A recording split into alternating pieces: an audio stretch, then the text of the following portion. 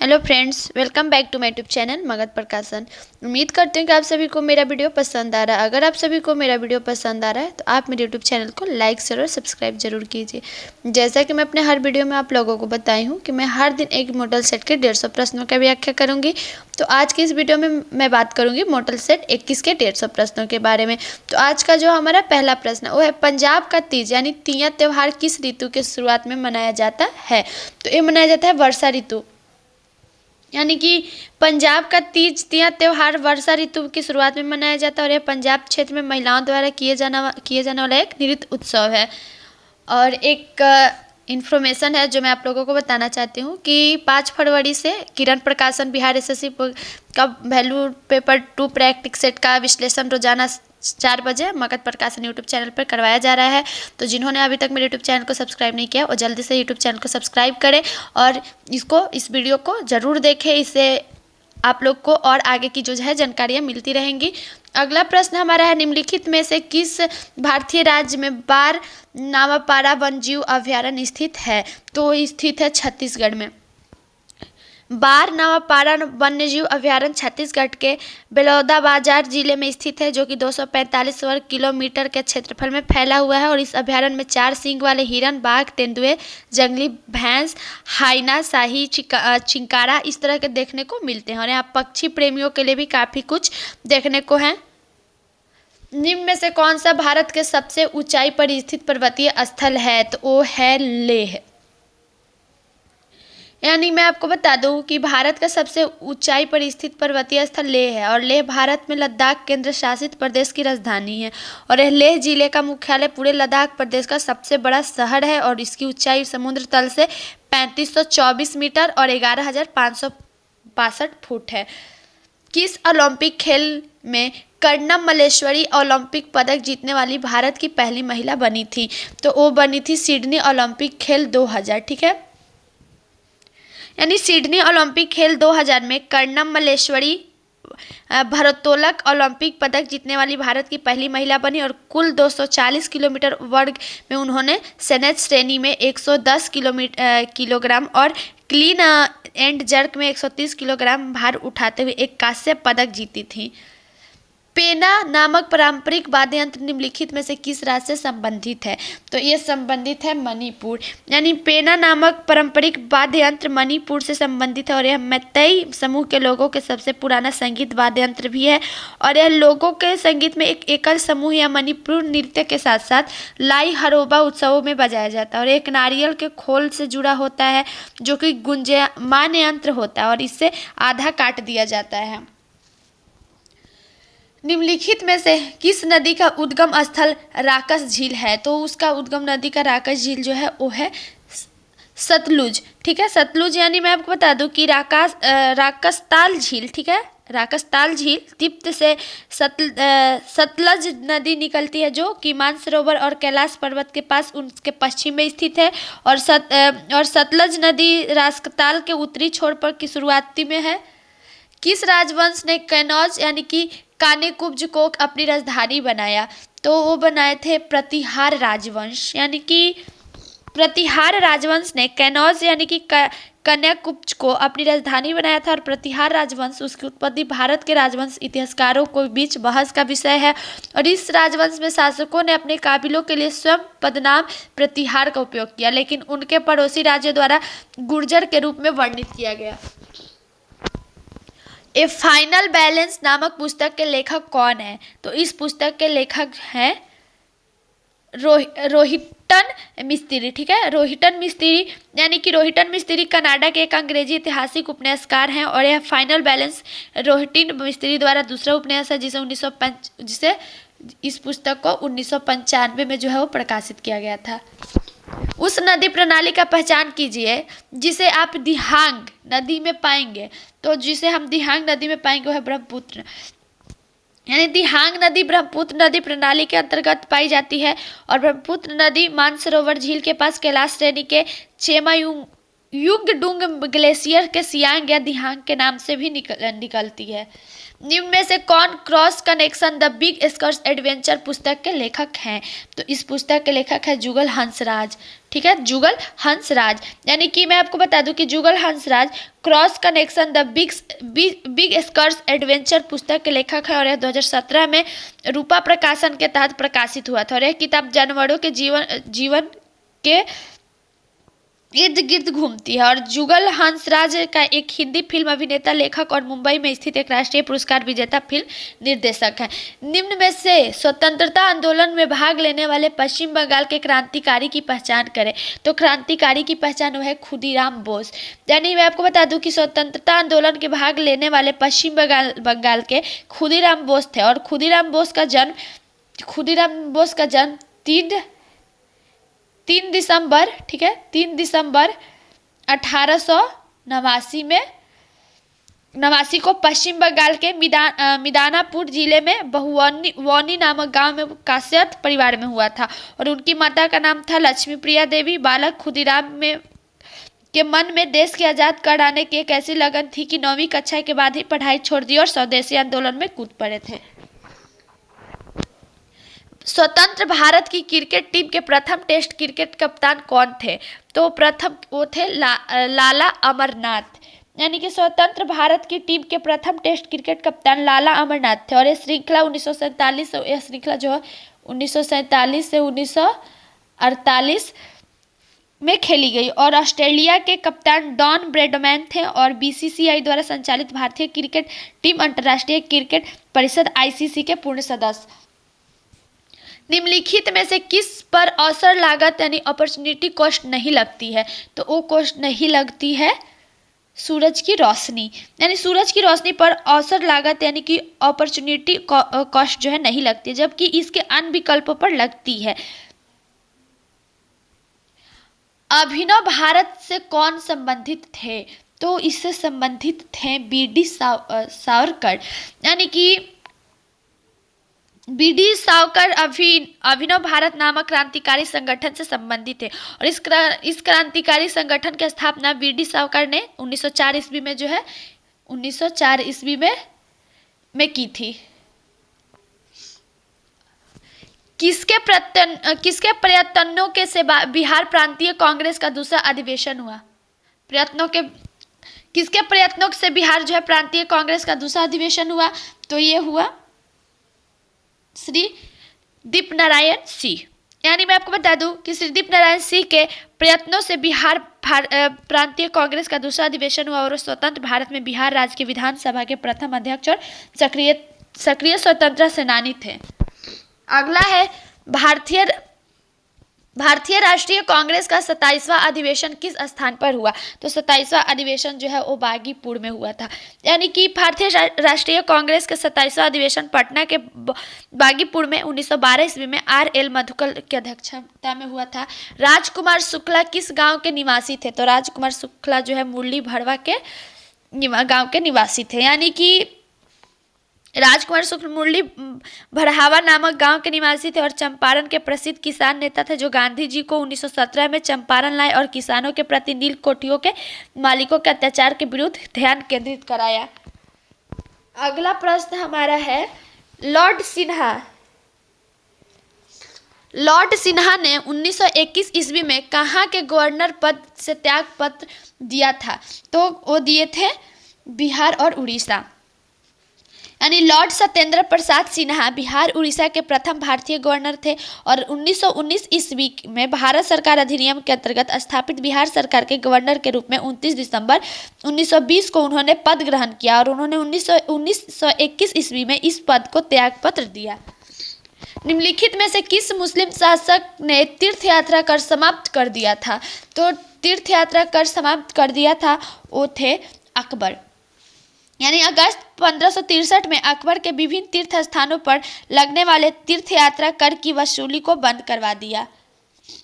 भारतीय पुनर्जागरण आंदोलन के पिता थे, तो उसके पिता थे राजा राम मोहन राय। ठीक है, राजा राम मोहन राय को भारतीय पुनर्जागरण आंदोलन के पिता कहा जाता है और उन्होंने 20 अगस्त 1828 को कलकत्ता के ब्रह्म समाज की स्थापना की और ब्रह्म समाज की हिंदू धर्म का प्रथम सुधार आंदोलन था। निम्नलिखित में कौन सी पुस्तक बाल गंगाधर तिलक ने लिखी है? तो बाल गंगाधर तिलक ने जो पुस्तक लिखी है वो गीता रहस्य। यानी कि मैं आपको बता दूं कि मांडले वर्मा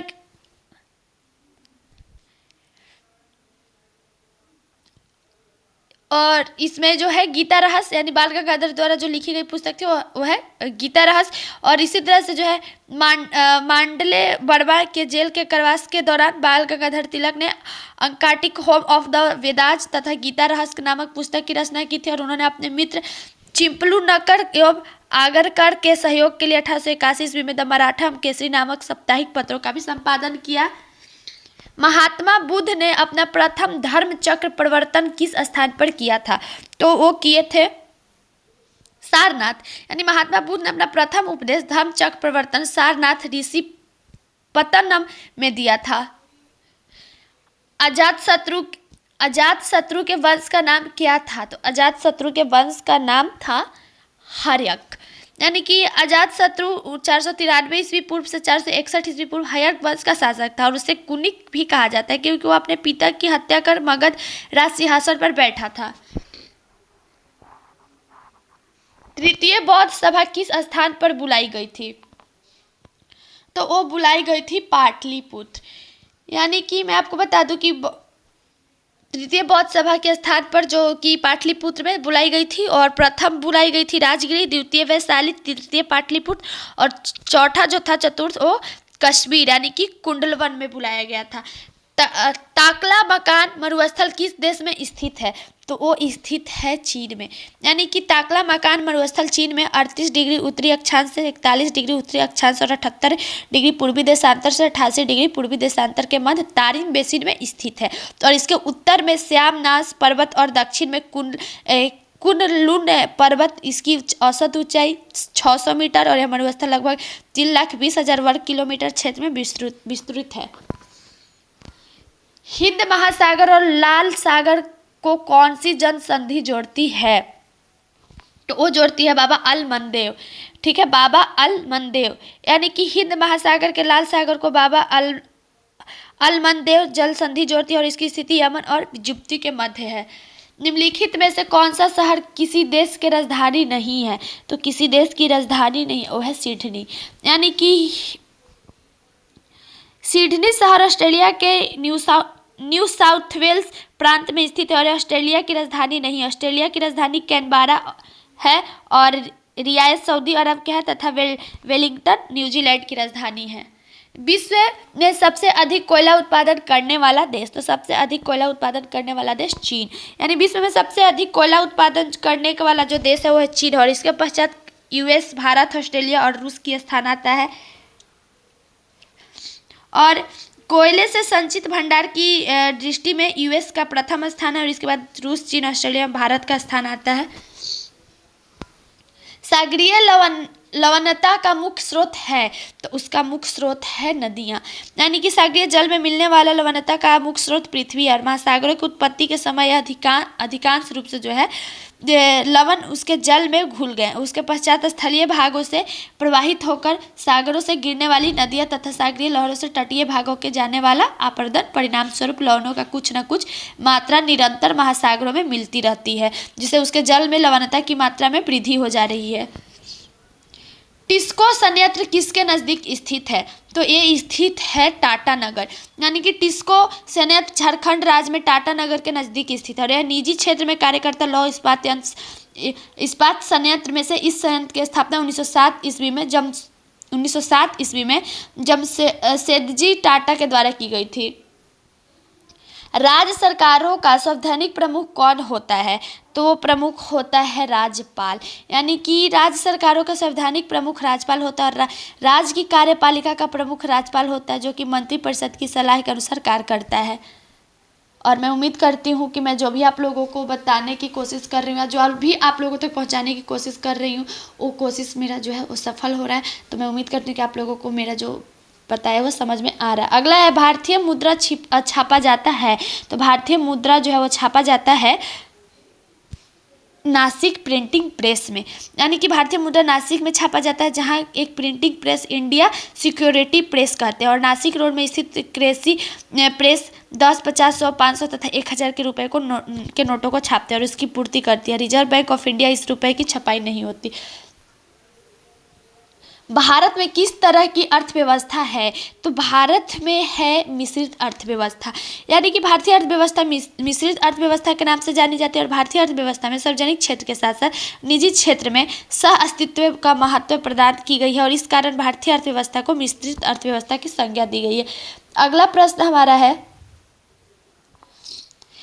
कुरियर सेवा से प्रतिस्पर्धा के लिए भारतीय डाक विभाग ने द्रुत डाक सेवा का आरंभ कब किया? तो इसका आरंभ जो है वो 1986 ईस्वी में किया, यानी कि कुरियर सेवा से प्रतिस्पर्धा के लिए भारतीय डाक विभाग ने द्रुत डाक सेवा का आरंभ 1986 ईस्वी में किया।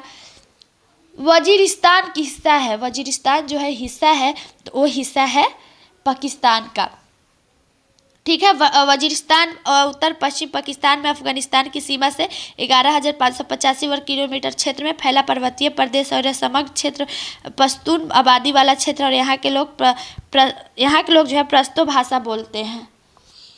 अशोक मेहता समिति के निम्नलिखित की सिफारिश की, तो निम्नलिखित की सिफारिश जो पंचायती राज की द्वितीय स्तरीय सरकार, ठीक है, की सिफारिश की, यानी कि मैं आपको बता दूं कि अशोक मेहता समिति पंचायती राज प्रणाली की द्वितीय स्तरीय सरकार की सिफारिश की थी और इस समिति का गठन 1977 ईस्वी में किया गया था और इस समिति में कुल 13 सदस्य थे और इस समिति में 1978 में अपनी रिपोर्ट केंद्र सरकार को सौंपी थी। चल योजना, ठीक है, चल योजना यानी रोलिंग प्लान के बारे में निम्नलिखित पर विचार करें, यानी हमारे पास 4 ऑप्शन है और इन चारों पर हमें विचार करनी है। तो जो इस पे जो विचार हमें करनी है वो इसमें से होगा 1 और 3, यानी कि 1 और 3 यानी चालू वर्ष के लिए एक योजना जिसमें वार्षिक बजट शामिल होता है, और तीसरा है यह अर्थव्यवस्था की आवश्यकता अनुसार प्रति वर्ष जो है संशोधित होती है। पटना अंतर्राष्ट्रीय हवाई अड्डा निम्नलिखित से सीधे जुड़ा हुआ है, तो सीधे जुड़ा हुआ है काठमांडू, नई दिल्ली, कोलकाता, मुंबई, लखनऊ, वाराणसी और रांची, यानी कि पटना स्थित जयप्रकाश नारायण अंतर्राष्ट्रीय हवाई अड्डा काठमांडू, नेपाल, नई दिल्ली, कोलकाता, मुंबई, लखनऊ, वाराणसी, रांची से जुड़ा हुआ है। कब पहली बार नेपाल में गणतंत्र दिवस मनाया गया? तो पहली बार नेपाल में गणतंत्र दिवस जो है वो 29 मई 2009 को मनाया गया, यानी नेपाल में 240 वर्ष के राजतंत्रीय शासन की समाप्ति कर 29 मई 2008 को वहाँ की संविधान सभा द्वारा देश के एक गणराज्य घोषित किया गया था और इसके ठीक 1 वर्ष बाद 29 मई को देश को पहली बार गणतंत्र दिवस मनाया गया। निम्नलिखित में से कौन सा एक पाकिस्तान का प्रांत नहीं है? तो जो एक पाकिस्तान का प्रांत नहीं है वो आज़ाद कश्मीर, यानी कि आज़ाद कश्मीर का आयस पाकिस्तान द्वारा अवैध रूप से अधिकृत जो है कश्मीर का वह हिस्सा है जो 1948 ईस्वी में पाकिस्तान द्वारा किए गए कब्बाली हमले के अवैध रूप में कब्जा कर लिया गया था और इसीलिए पाकिस्तानी प्रांत नहीं है और इसकी राजधानी मुजफ्फराबाद, ठीक है, मुजफ्फराबाद में है। शाहबाजी गढ़ी, ठीक है, शाहबाज गढ़ी के अशोक का 7वां शिलालेख किस लिपि में उत्कीर्ण है? तो वो है खरोष्टी लिपि, यानी मैं आपको बता दूं कि शाहबाज गढ़ी में स्थित अशोक का 7वां शिलालेख खरोष्टी लिपि में उत्कीर्ण है और इस अशोक के तीर्थ यात्राओं का उल्लेख किया गया है। महमूद गजनी, ठीक है, महमूद गजनी किस वंश में उत्पन्न हुआ था? तो ये उत्पन्न हुआ था यामिनी वंश में, यानी महमूद गजनी यानी कि सुबुक्तगीर का पुत्र यामिनी वंश के उत्पन्न हुआ था और महमूद गजनी 27 वर्ष की अवस्था में 998 ईस्वी में गद्दी पर बैठा और बगदाद के खलीफा अल आदिल बिल्लाह ने महमूद गजनी के पद मान्यता प्रदान करते हुए यमीन उद दौला तथा यमीन उल मिल्लाह के उपाधि दी। बलबन 1255 से 1287 ईस्वी का मूल नाम क्या था? तो इसका मूल नाम था बहाउद्दीन। वह प्रथम इतिहासकार कौन था जिसने कहा कि मोहम्मद बिन तुगलक आंशिक पागल था? तो वो कहा था बरनी, यानी मैं आपको बता दूं कि मोहम्मद बिन तुगलक को अपनी सनक भरी योजनाओं, क्रूर कृत्यों एवं दूसरे को सुख दुख के प्रति उपेक्षा भाव रखने के कारण स्वप्नशील, पागल एवं रक्त पिपासु कहा गया था। ठीक है। एक प्रशासनिक इकाई के रूप में बिहार का बंगाल में विलय कब किया गया था? तो उसे किया गया था 1911 में ईस्वी में, यानी कि लॉर्ड कर्जन के काल 1905 में बंगाल का विभाजन होने के बाद पुनः लॉर्ड हार्डिंग के समय 1911 में बिहार का बंगाल का विलय हुआ। नया पोस्ट ऑफिस एक्ट 1854 किसने पारित किया? तो वो किए थे लॉर्ड डलहौजी, यानी कि मैं आपको बता दूं कि लॉर्ड डलहौजी ने 1854 ईस्वी में नया पोस्ट ऑफिस एक्ट पारित किया और भारत में पहली बार डाक टिकट का प्रचलन प्रारंभ किया। इसी के समय में भारतीय नागरिक सेवा हेतु पहली बार प्रतियोगिता परीक्षा शुरू की गई। वर्नाकुलर प्रेस एक्ट मार्च 1878 में किसने पारित किया? तो वो जो है इसे पारित किए थे लॉर्ड लिटन, यानी मार्च 1878 ईस्वी में लॉर्ड लिटन ने भारतीय समाचार पत्र अधिनियम वर्नाक्यूलर प्रेस एक्ट पारित कर भारतीय समाचार पत्रों पर कठोर प्रतिबंध लगा दिया। बिहार में रोहतास के किले का निर्माण किसने करवाया था? तो किले का निर्माण जो है वो करवाए थे शेरशाह, यानी कि बिहार सासाराम में स्थित रोहतास जिले किले का निर्माण शेरशाह ने करवाया और शेरशाह ने रोहतासगढ़ के दुर्ग एवं कनौज के स्थान पर शेरसूर नामक नगर बसाया। अंध महासागर, ठीक है, अंध महासागर में अमेजन नदी गिरती है, तो अमेजन नदी गिरती है 0 डिग्री अक्षांश के पास। अगला है हरिश्चंद्र श्रेणी मध्य में स्थित है, तो वो मध्य में स्थित है भीम एवं गोदावरी नदी के। यानी मैं आपको बता दूं कि हरिश्चंद्र श्रेणी महाराष्ट्र में है और यह भीमा एवं गोदावरी नदी के बीच स्थित है। अगला प्रश्न है निम्नलिखित में से कौन सा गुरुत्वीय स्थितिज ऊर्जा का उदाहरण है? तो जो उसका उदाहरण है वो है बांध के पीछे स्थित पानी, यानी कि बांध के पीछे स्थित पानी गुरुत्वीय स्थितिज ऊर्जा का उदाहरण है। और स्थितिज ऊर्जा जो है ऊर्जा का वह रूप है जो किसी वस्तु की स्थिति के भागों का व्यवस्था को उत्पन्न होती है और यह संग्रहित ऊर्जा है जो कि गतिज ऊर्जा बन सकती है। किसी वस्तु के स्थितिज ऊर्जा की माप की गणना वस्तु के द्रव्यमान और उसकी ऊंचाई या दूरी के आधार पर की जाती है। माइक्रोसॉफ्ट के विंडोज ऑपरेटिंग सिस्टम को पहली बार किस वर्ष में शुरू किया गया था? तो पहली बार शुरू किया गया था 1985 ईस्वी में, यानी कि 22 नवंबर 1985 ईस्वी को माइक्रोसॉफ्ट ने फर्स्ट वर्जन विंडोज को ऑपरेटिंग सिस्टम यानी विंडो 1.0 लॉन्च किया था और माइक्रोसॉफ्ट विंडोज आते ही दुनिया के निजी कंप्यूटर बाजार पर हवाई हो गया और इससे पहले बाजार में आए मॉक ओएस को बहुत पीछे छोड़ दिया। मांस पकाने के दौरान कौन सी रासायनिक अभिक्रिया होती है? तो मांस पकाने के दौरान जो रासायनिक वो है मेलाइड अभिक्रिया, यानी कि मांस पकाने के दौरान मेलाइड अभिक्रिया होती है और ये जो है अमीनो एसिड और शकरकंद को कम करने के बीच में होती है। निकोटीन पाया जाता है, तो निकोटीन जो है वो पाया जाता है तंबाकू की पत्ती में, यानी कि चाय की पत्ती में कैफीन पाया जाता है, तंबाकू के पत्ती में निकोटीन पाया जाता है। ठीक है। जीव की उत्पत्ति जीव से होती है, इस कथन की सत्यापन किया। तो जीव की उत्पत्ति जीव से होती है, इस कथन का सत्यापन जो है वो ओपेरिन ने, यानी कि जीवों की उत्तरजीविता को सिद्धांत के तहत जीव की उत्पत्ति जीव से होता है, इस कथन का सत्यापन ओपेरिन ने किया था। प्रथम जीव की उत्पत्ति हुई, तो प्रथम जीव की उत्पत्ति हुई जल में, यानी कि पृथ्वी पर जीव का उद्भव लगभग 2 अरब वर्ष पूर्व हुआ और प्रारंभ में जीव एक कोशिकीय थे। बाद में बहुकोशिकीय जीवों का विकास हुआ जो कि यूकैरियोटिक कोशिका वाले होते हैं और जबकि जीवाणु तथा नीले हरे शैवाल के साधारण किस्म जो है प्रोकैरियोटिक कोशिका वाले होते हैं।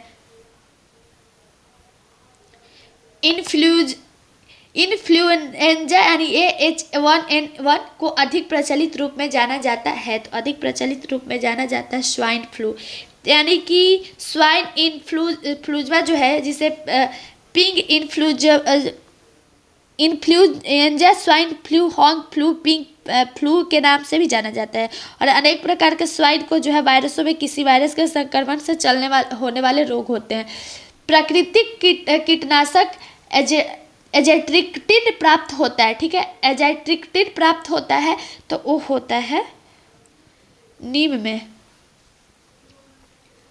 चेचक के वैक्सीन को सर्वप्रथम तैयार किया, तो चेचक के वैक्सीन को सर्वप्रथम डॉक्टर जेनर ने किया। यानी मैं आपको बता दूं कि चेचक के वैक्सीन को सर्वप्रथम डॉक्टर एडवर्ड जेनर ने तैयार किया। और चेचक वेरिओला वायरस है। ठीक है, वेरिओला वायरस विषाणु के कारण होता है और इसमें तेज बुखार, शरीर में लाल लाल दाने निकलते हैं।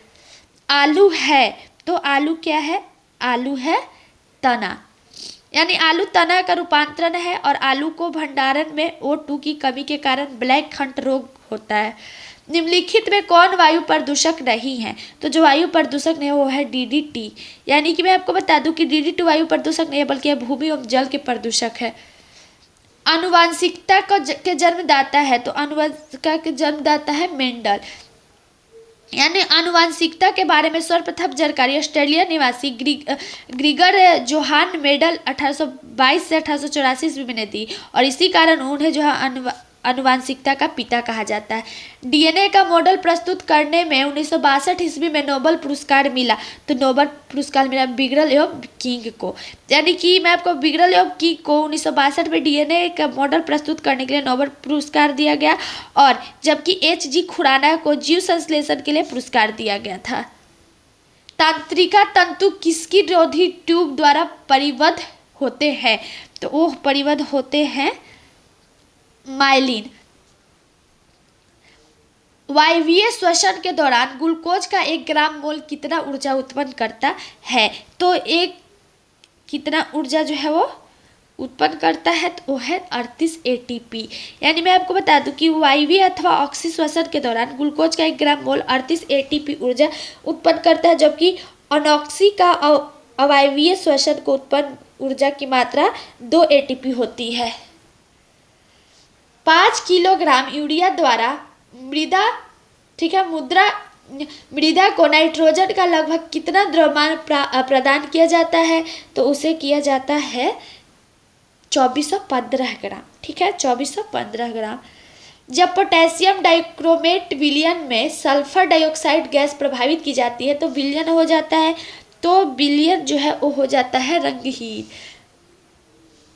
यानी कि K2Cr2O7 को नारंगी घोल में S2 के गैस को प्रभावित करने पर अवकृत हो रहे रंग को जो है वो Cr2SO4 को घोल में परिवर्तित हो जाता है, जो कि रंगहीन हो जाता। निम्नलिखित में कौन सी धातु स्टील के समान मजबूत होती है लेकिन भार में आधी होती है? तो भार में आधी होती है वो है टाइटेनियम। यानी कि टाइटेनियम इस्पात की तरह मजबूत होती है तथा यह इस्पात में 45% हल्का होती है। 400 मिलीलीटर एसिटिलीन को पूर्ण रूप से जलाने हेतु ऑक्सीजन की कितनी मात्रा चाहिए? तो ऑक्सीजन की कितनी मात्रा तो है 1000 मिलीलीटर। 25 सेंटीमीटर फोकस दूरी वाले उत्तल लेंस की क्षमता कितनी होती है? तो उत्तल लेंस की क्षमता होती है +4D। यानी कि उत्तल लेंस की क्षमता जो है वो +4D। अस्थायी चुंबक बनाने के लिए प्रयोग किया जाता है। अस्थायी चुंबक बनाने के लिए प्रयोग किया जाता है तो उस प्रयोग किया जाता है इस्पात का। यानी कि अस्थायी चुंबक बनाने के इस्पात का जो है प्रयोग किया जाता है, जबकि अस्थायी चुंबक बनाने के लिए नर्म लोहे का भी प्रयोग किया जाता है। आकाश में इंद्रधनुष कैसे बनता है? तो आकाश में इंद्रधनुष जो है वो अपरिवर्तन एवं प्रकाश के पूर्ण आंतरिक परिवर्तन के कारण बनता है। शरीर का वजन यानी वेट होता है, तो शरीर का वजन जो है वो होता है ध्रुवों पर अधिकतम। ध्रुवों पर यानी G का मान अधिकतम होता है, इसलिए शरीर का वजन ध्रुवों पर सबसे ज्यादा होगा। शरीर में की कमी में घेंघा रोग होता है। शरीर में किस विटामिन की कमी से घेंघा रोग होता है? तो वो होता है आयोडीन की कमी से। यानी कि घेंघा और क्वाइटर रोग आयोडीन की कमी से होता है और इस रोग के कारण गले में स्थित थायराइड ग्रंथि का सूजन आ जाती है। किसी पिंड का ताप 1 डिग्री सेल्सियस बढ़ाने के लिए आवश्यक ऊष्मा कहलाती है? तो आवश्यक ऊष्मा जो है वो कहलाती है विशिष्ट ऊष्मा। अगला प्रश्न है, किसी आदमी का औसत मासिक खर्च पहले 3 महीने के दौरान 2400 रुपये है, अगले 5 महीने के दौरान 35 रुपये और शेष 4 महीने के दौरान 4800, ठीक है, रुपये है। यदि पूरे वर्ष के दौरान उसकी कुल बचत 3500 रुपये है तो उसकी औसत मासिक आय रुपये में ज्ञात करें, ठीक है। तो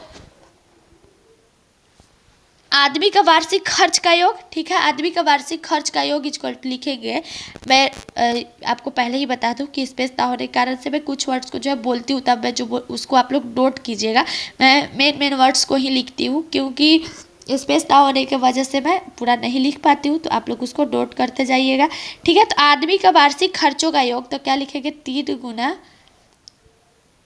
2400, ठीक है, 3 गुना 2400 ब्रैकेट कर देंगे, प्लस इस लाइन में जगह नहीं है लेकिन इसी लाइन में होगा 5 गुना 3500, ठीक है, फिर ब्रैकेट करके प्लस करेंगे, फिर 4 गुना 4800, ठीक है, 4800, ठीक है, यहाँ तक हो गया। अब सभी को गुना करेंगे, ठीक है, कितना कितना को गुना करेंगे, 3 गुना 2400 करेंगे, तो 3 गुना 2400 तो इक्वल टू 7200, प्लस फिर हम लोग गुना करेंगे 5 गुना 3500 यानी कि 17,500, ठीक है, प्लस फिर क्या करेंगे हम लोग 4 गुना 4800 यानी कि 19,200। इस सभी को हम लोग प्लस करेंगे तो टोटल कितना आ गया, 43,900, ठीक है। अब वार्षिक आय तो क्या करेंगे, 43 वार्षिक आय इक्वल टू 43,900 प्लस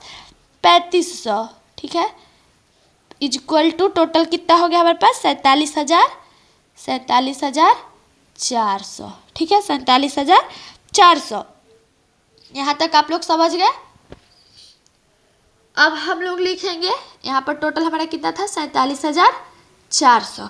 तो अब हम लोग आदमी की औसत मासिक आय को हम लोग क्या करेंगे, यानी कि 12 महीने का, तो 47,400 बटा 12 डिवाइड कर देंगे 12 से, तो कितना आ गया, 3950, ठीक है। यदि 9650 यानी 9685 के 3 भागों में इस प्रकार विभाजित किया जाता है कि पहले भाग का 1/4, दूसरे भाग का 1/3 और तीसरे भाग का 1/6 बराबर है, तो पहला भाग ज्ञात करें, ठीक है, पहला भाग जो ज्ञात करें। माना 3 भाग ए बी और सी है, ठीक है, तो हम लोग क्या करेंगे, पहला भाग तो 1 गुना 1/4, ठीक है, इक्वल टू बी गुना 1/3, ठीक है, इक्वल टू सी गुना 1/6, ठीक है, यानी कि ए अनुपात बी अनुपात सी इक्वल टू 4:3:6, ठीक है। अब पहला भाग, ठीक है, पहला भाग यानी कि ए, पहला भाग यानी कि ए, तो a equal to 4/4 plus 3 plus 6 equal to नहीं गुना 9,685, ठीक है, यानी कि 4/13 गुना 9,685 इक्वल टू 2980, ठीक है, गुना करने के बाद इससे डिवाइड कर देंगे तो इतना आ जाएगा, ठीक है, 2980। यदि 9 वर्ष का साधारण ब्याज मूलधन के 45% के बराबर है तो वार्षिक ब्याज दर ज्ञात कीजिए। यानी माना मूलधन क्या है, 100 रुपया, ठीक है, माना मूलधन 100 रुपया, ब्याज क्या है 45, ठीक है, तो दर इक्वल टू क्या होता है, दर इक्वल टू ब्याज गुना 100 बटा मूलधन गुना समय, ठीक है, मूलधन गुना समय, यानी इक्वल टू 45 गुना 100 बटा 100 गुना 9, ठीक है, यहाँ पर 100 है, 100 गुना 9। अब टोटल को गुना करके डिवाइड कर देंगे, यानी कि मैं आपको करके बता दूँ, यहाँ तक तो आप लोग समझ गए यहाँ पर, ठीक है, कितना है 45 गुना 100, ठीक है, 45 गुना 100 यानी कि 4500 बटा 100 गुना 9 है, ठीक है, 100 गुना 9 यानी कि 900। अब 900 तो क्या करेंगे, 900 से 4500 को कर देंगे तो टोटल हमारे पास कितना आ जाएगा, 5%। जब पूर्णांक n को 6 से विभाजित किया जाता है तो शेषफल 5 प्राप्त होता है। यदि 9n को 6 से विभाजित किया जाए तो शेषफल ज्ञात करें। ठीक है, शेषफल ज्ञात करना है।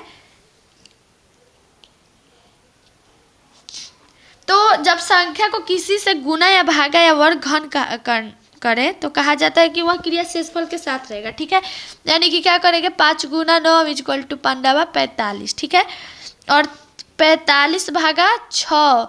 ठीक है, 45 भागा 6 करने पर शेषफल कितना बच जाएगा, 3।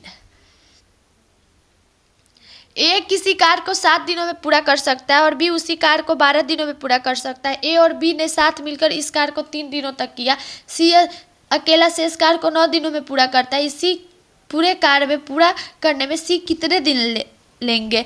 तो टोटल हमारे पास ए और बी, ठीक है, ए और बी कितने लिए हैं, 3 दिन, और सी 9 दिन। ठीक है, ए और बी मिलकर कितने दिन लिए हैं, 9 दिन, और सी कितना लिया है, ए और बी मिल के लिए है 3 दिन और सी लिया है 9 दिन। ठीक है, तो ए 7 बी 12। ठीक है, इस तरह से 12 यानी कि 84, यानी कि 12 और 7। ठीक है, अगर कहीं भी कोई कन्फ्यूजन हो तो जैसे मैं अपनी वीडियो में हर बार बोलती हूँ कि अगर कहीं भी किसी भी क्वेश्चन को लेकर कोई कन्फ्यूजन हो तो आप लोग बेझिझक कमेंट करके पूछिए। ठीक है, तो अब यहाँ तक आप लोग समझिए ए और बी द्वारा 3 दिन में किए गए कार्य। ठीक है, ए और बी द्वारा 3 दिन में किए गए कार्य इक्वल टू क्या करेंगे, 12 + 7 गुना 3, यानी 12 + 9 गुना, ठीक है,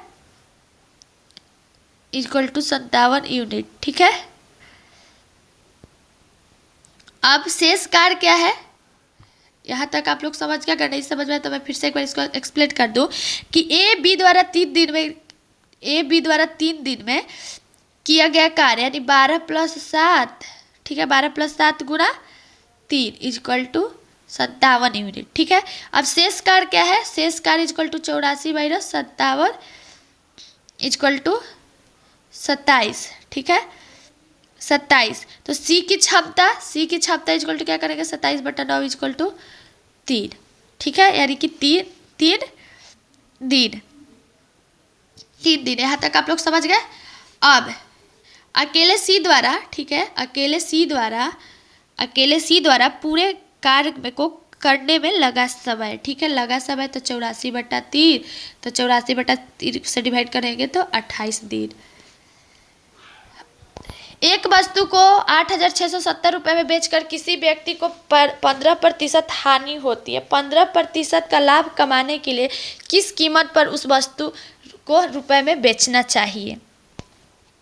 ठीक है, किस, तो वस्तु का अपशिष्ट विक्रय मूल्य क्या है, 8,670 रुपये है। ठीक है, तो यहाँ पर उसे 15% का हानि होती है। ठीक है, तो हम लोग इसको इस तरह से लिख सकते हैं कि 8,660 रुपया गुना, इसी लाइन में होगा पर स्पेस ना होने के कारण मैं इसको नीचे लिख रही हूँ, 100/100 माइनस 15 गुना 15% का लाभ करना है तो 100 + 15/100। ठीक है, इक्वल टू 8,660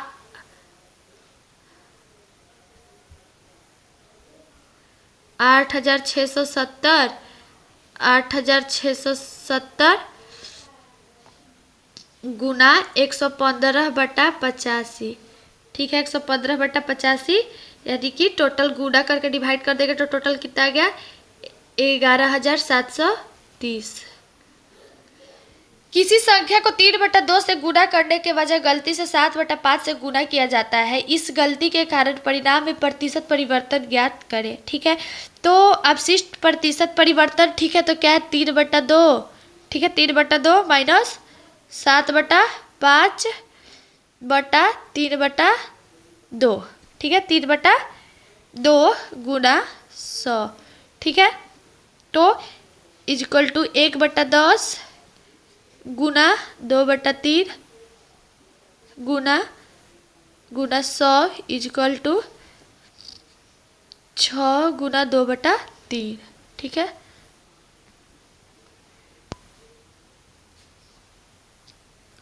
एक वस्तु के अंकित मूल्य पर क्रमशः 40% और 20% के दो क्रमिक छूट 988 रुपए की एकल छूट के समतुल्य है। वस्तु का अंकित मूल्य रुपए में क्या होगा? तो ठीक है तो एकल छूट क्या है? 40 और 20। ठीक है, तो लिखेंगे कि एकल छूट इज इक्वल टू 40 + 20।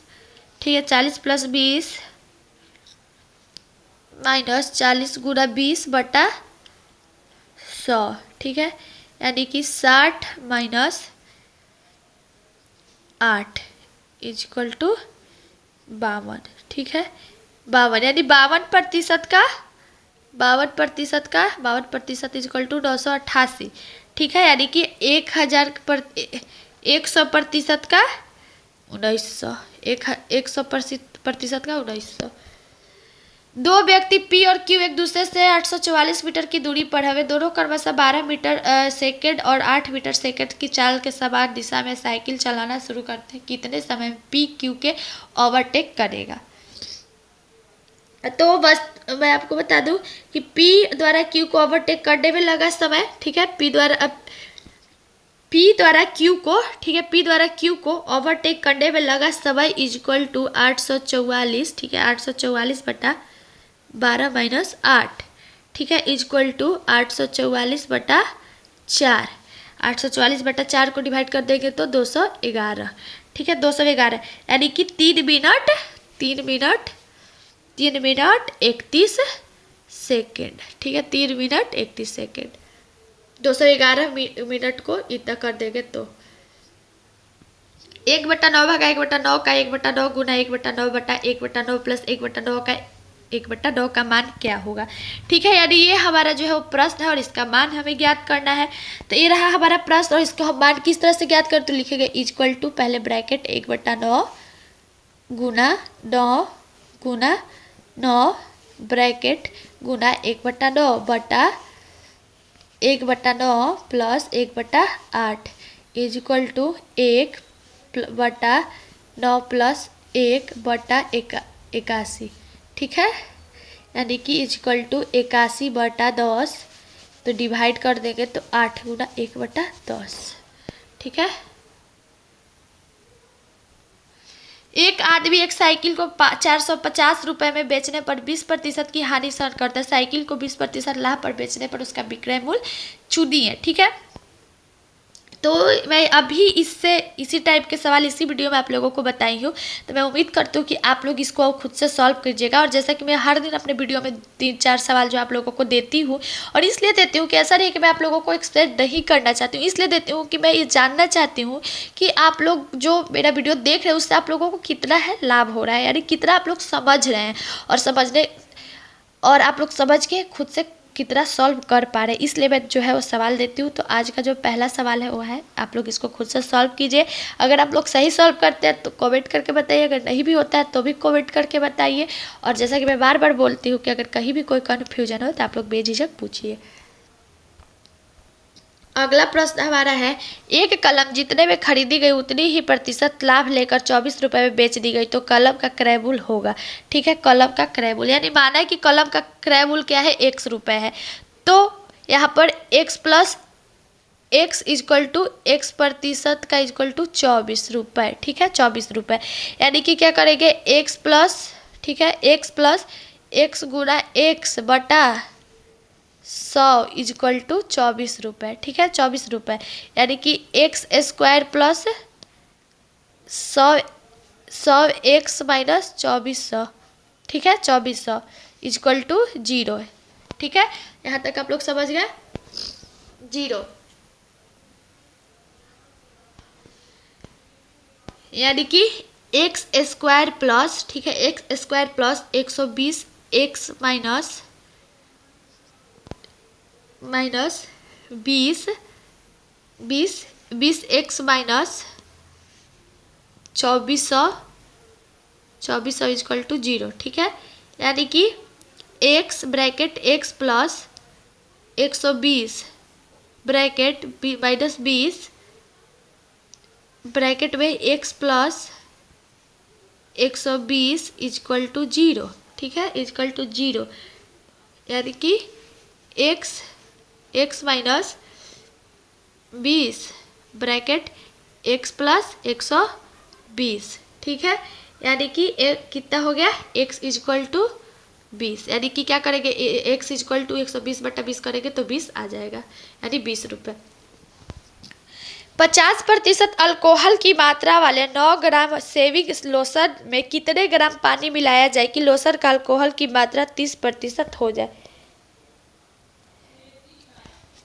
30% हो जाए। तो नए लोशन में 30% अल्कोहल होने पर पानी की मात्रा क्या हो जाएगा, 70%, ठीक है। पानी की मात्रा क्या हो जाए, अब मिलाए जाने वाले अतिरिक्त पानी यानी क्या करेंगे, 9 गुना 70 माइनस 50/100 माइनस 70, ठीक है, 100 माइनस 70 यानी इजक्वल टू 9 गुना 20, 20/30, ठीक है, इजक्वल टू 6 ग्राम।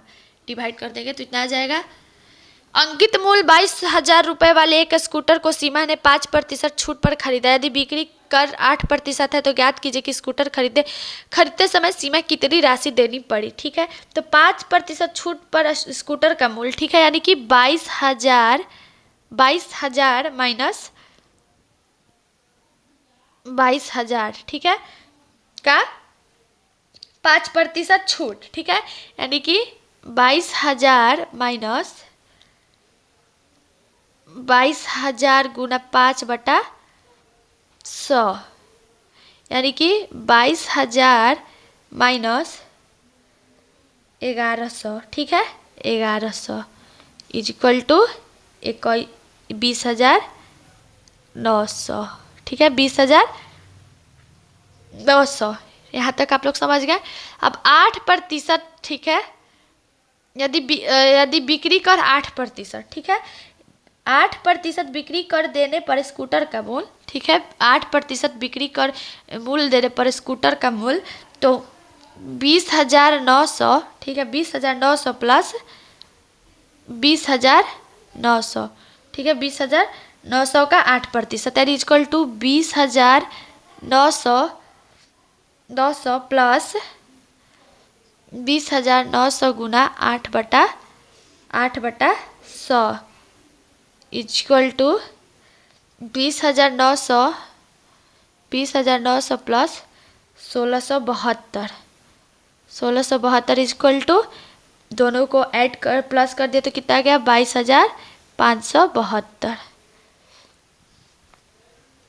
एक बाजार सर्वेक्षण में 20% लोगों ने उत्पाद ए चुना जबकि 60% लोगों ने उत्पाद बी चुना। बाकी व्यक्ति निश्चित नहीं थे। यदि जिन्होंने उत्पाद बी को चुना है तो अनिश्चित थे में अंतर 720 लोगों का है, तो सर्वेक्षण में कुल कितने लोग थे, ठीक है। यानी उत्पाद ए में चुनने वाले लोग क्या है, 20%, ए में चुनने वाले लोग 20% हैं, और उत्पाद बी में चुनने वाले लोग कितने हैं, 60% है, 60% है।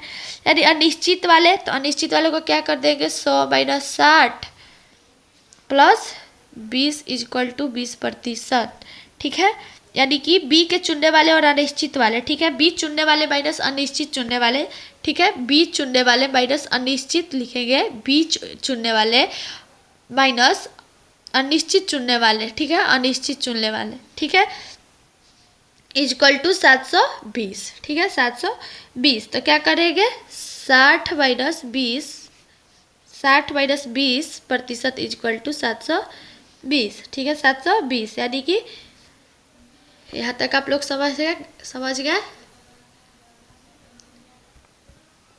यानी कि 40% इजक्वल टू 720, यानी कि 100%, ठीक है, 100% इजक्वल टू 720/40 गुना 100, ठीक है, यानी कि 1800। यदि 2 वर्ष में 64 रुपए के 83 रुपये 20 पैसे हो जाते हैं तो 4 वर्ष में उसी दर प्रतिशत प्रति वर्ष पर 86 रुपये कितने हो जाएंगे।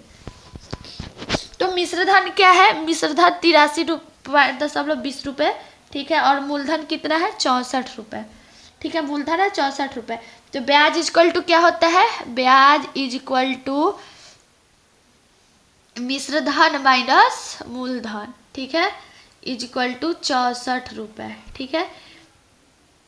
तो क्या करेंगे, 83.20 रुपये माइनस 64 इजक्वल टू 19 रुपया 20 पैसा। ठीक है, यानी कि दर इज इक्वल टू 19.20 गुना 100/64 गुना, मैं इसको ऊपर ही लिख देती हूँ क्योंकि यहाँ पर समझ नहीं आ रहा है। यहाँ तक तो आप लोग समझ गए हैं। अगर कोई कन्फ्यूजन हो तो जैसे मैं बार बार बोलती हूँ, कोई भी कन्फ्यूजन है किसी भी सवाल के तो आप लोग बेझिझक पूछ सकते हैं।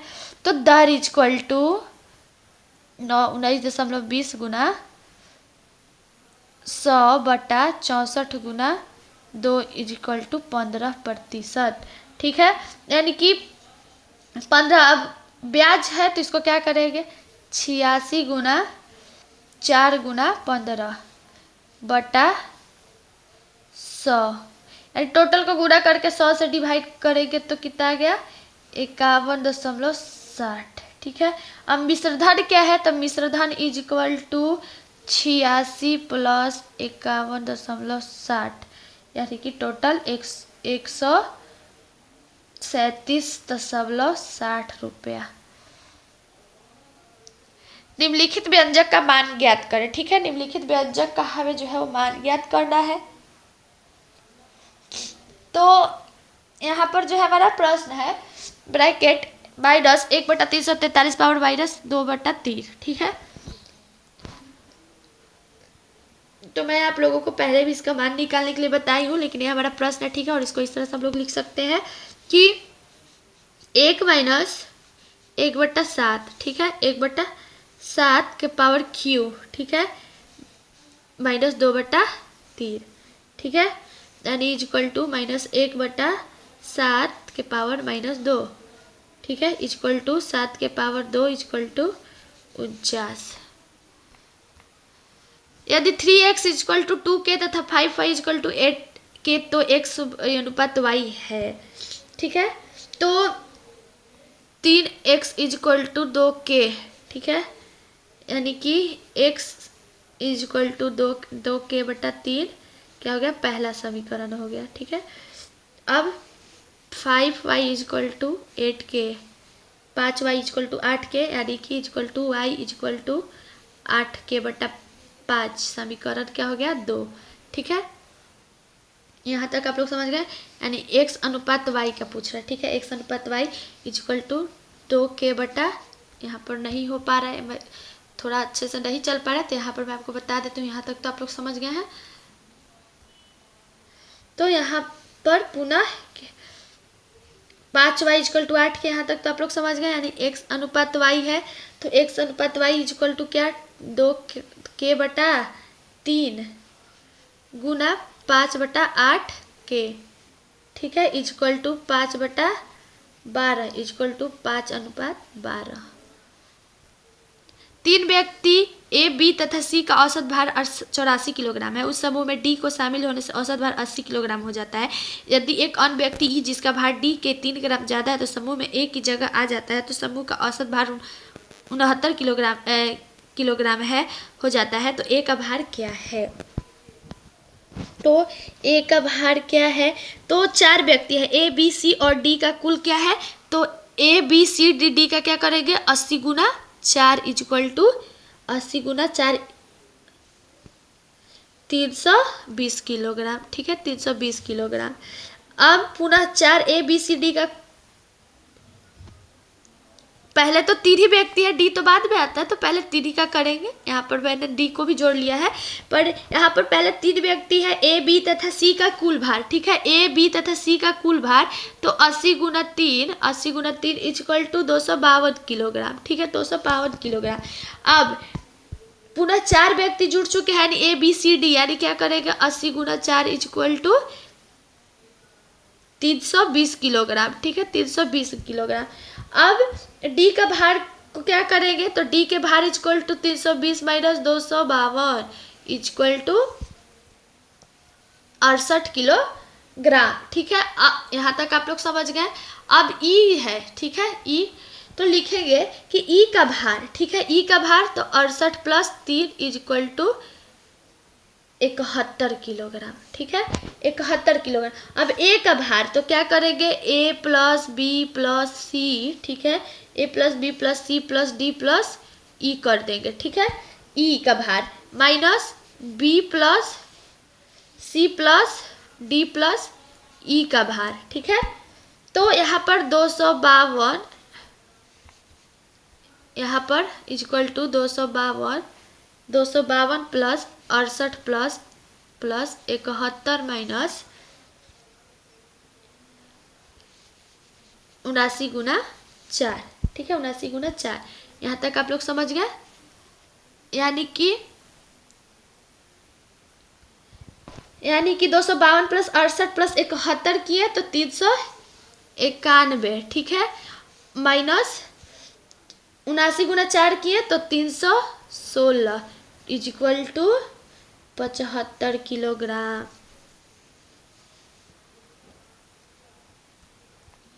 अनिरुद्ध 2 × 1/2 किलोमीटर घंटा की गति से चलकर 6 मिनट देरी से ऑफिस पहुंचता है। यदि वह 3 किलोमीटर घंटा की गति से चलता है तो 10 मिनट जल्दी पहुंचता है। उसके ऑफिस की दूरी कितनी है? तो माना कि ऑफिस की दूरी क्या है? x है। माना कि ऑफिस की दूरी क्या है? x है। तो 2x/5 minus x/3 equal to 10 plus 6/60, यानी कि 6x minus 5x/15 equal to 16/60, यानी कि x/15 इक्वल टू 16/60। ठीक है, यहाँ तक आप लोग समझ गए।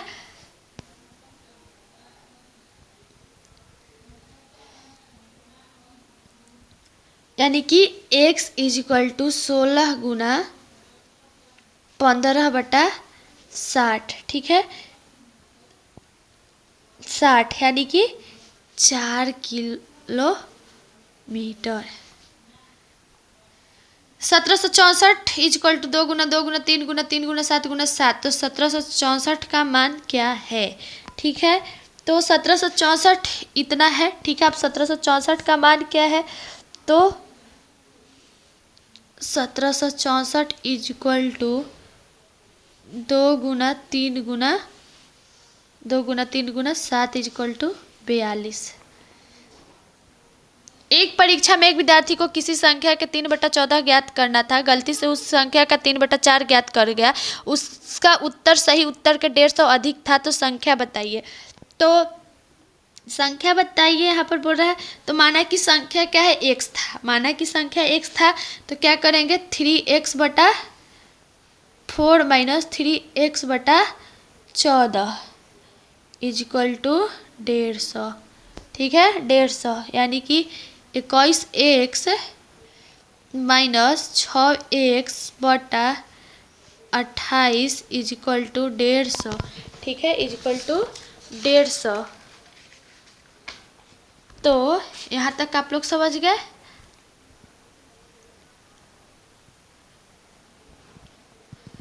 पंद्रह x/28 इक्वल टू 150, यानी कि x equal to 150 × 28/15 equal to total करने के बाद 15 से डिवाइड कर देगा तो 280।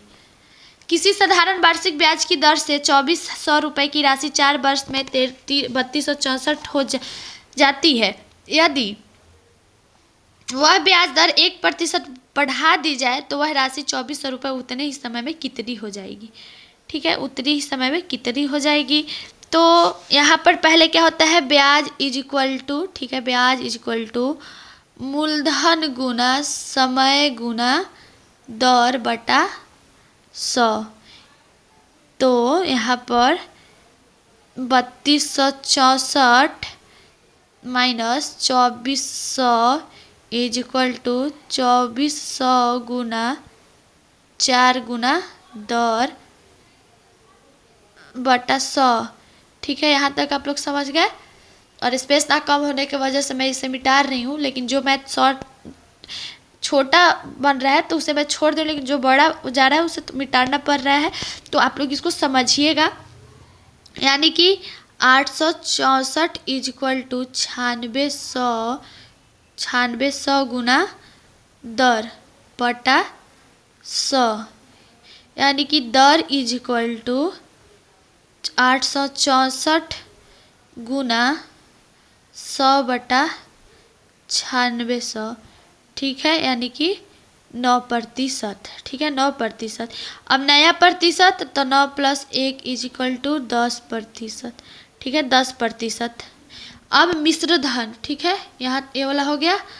अब मिश्र धन, तो मिश्र धन = 2400 प्लस, ठीक है, 2400 गुना 4 गुना 10/100, ठीक है, = 2400 प्लस 960। तो 2400 प्लस 960 करेंगे तो 3360। किसी चक्रवृद्धि वार्षिक ब्याज की दर से कोई राशि 2 वर्ष में अपनी 25/16 गुनी हो जाएगी, ठीक है, 25/16 गुनी यानी कि 25%। और इसे भी आप लोग सॉल्व कीजिएगा, क्योंकि मैं इस तरह के भी सवाल बताई हूँ। और जो लोग अभी मेरे चैनल से नए जुड़े हैं वो जल्दी से मेरे यूट्यूब चैनल को सब्सक्राइब करें, ताकि और सब्सक्राइब करके मेरे वीडियोस को देखें, इसलिए देखें कि उनको भी समझ में आ जाएगा कि इस तरह के सवाल कैसे बनाए गए हैं। तो अगर फिर भी अगर आप लोगों को नहीं समझ में आता और आप लोग नहीं सॉल्व कर पाते हैं तो आप लोग कमेंट करके जरूर बताइए, मैं इसे सॉल्व करने की कोशिश करूँगी। कोशिश नहीं, मतलब सॉल्व करके एक अगले वीडियो में आप लोग के साथ शेयर कर दूँगी। एक लड़का 10 मिनट तक 9 किलोमीटर घंटा की एक समान गति से दौड़ता है, उसे अगले 20 मिनट तक कितनी गति से दौड़ना चाहिए कि उसकी औसत गति 12 किलोमीटर घंटा हो जाए। यानी औसत चाल, ठीक है, औसत चाल इक्वल टू कुल तय की गई दूरी बटा कुल लगा समय, ठीक है, कुल लगा समय, ठीक है, यानी कि 9 गुना 10/60 ब्रैकेट प्लस x गुना 20/60 बटा 30/60, ठीक है, 30/60। यहाँ तक आप लोग समझ गए।